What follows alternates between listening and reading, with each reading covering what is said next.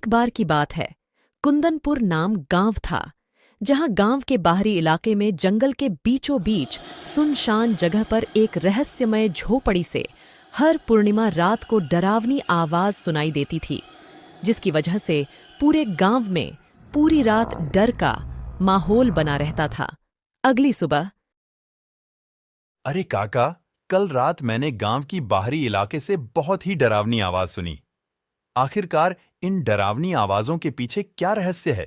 क्या बताऊं बेटा, मैंने तो कई वर्षों से सुना है कि गांव में बाहरी इलाके स्थित एक प्रेत वाबित झोपड़ी में से ये डरावनी आवाज सुनाई देती है, जिसकी वजह से पूरी गांव में हर पूर्णिमा रात को डर और सहम की माहौल बना रहता है।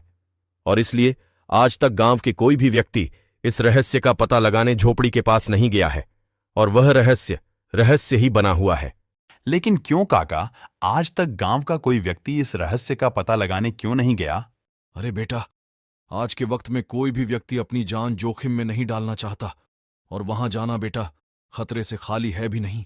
इतने बातें बोलकर सभी लोग अपने अपने घर चल जाते हैं, लेकिन गांव के कुछ युवक आपस में बातें करते हुए बोलते हैं, अरे यार, सुमित काका की बातें सुनकर बहुत डर लगने लगा है यार। हाँ यार दीपक, तुम सही कह रहा है। मैं तो खुद कभी वहां नहीं जाने वाला यार। लेकिन काका के बातें सुनकर इन युवकों के अंदर इस रहस्य को जानने की जिज्ञासा और बढ़ गई। आखिरकार इस रहस्यमय झोपड़ी का क्या रहस्य हो सकता है? लेकिन अगर गांव में किसी भी व्यक्ति ने इस रहस्य को सुलझाने की कोशिश नहीं की, तो पता नहीं कब तक इस गांव को इस तरह डर के माहौल में जीना पड़ेगा।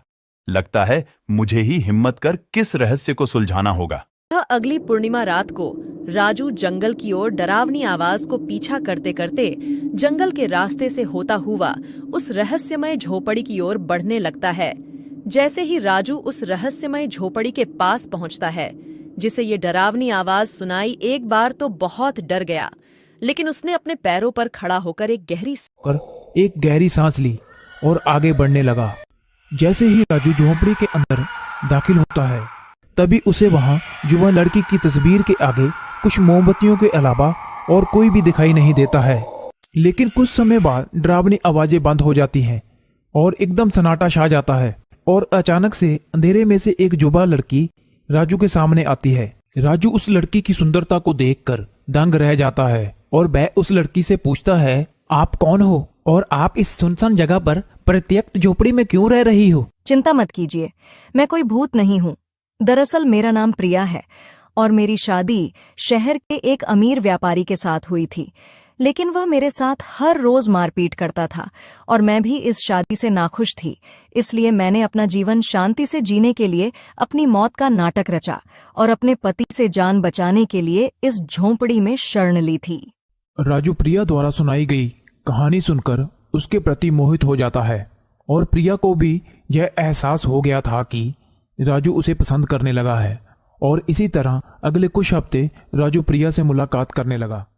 लेकिन एक रात राजू के पिताजी राजू को रात के अंधेरे में खिड़की में से जंगल की ओर जाते देख लेते हैं, और वह राजू का पीछा करते करते उस झोंपड़ी तक पहुंच जाते हैं जहां राजू और प्रिया मुलाकात करते थे। राजू के पिता धीरे धीरे झोंपड़ी की खिड़की के पास जाते हैं और अंदर देखते हैं, और उस लड़की को देखकर दंग रह जाते हैं और बोलते हैं, अरे ये तो प्रिया है, और इस लड़की को तो मृत मान लिया गया था, लेकिन ये लड़की यहाँ क्यों और कैसे पहुंची? प्रिया के इस झोंपड़ी में रहने की सारी सच्चाई जानने के लिए राजू के पिता झोंपड़ी के अंदर जाते हैं, और जहां राजू अपने पिताजी को प्रिया की सारी सच्चाई बता देता है।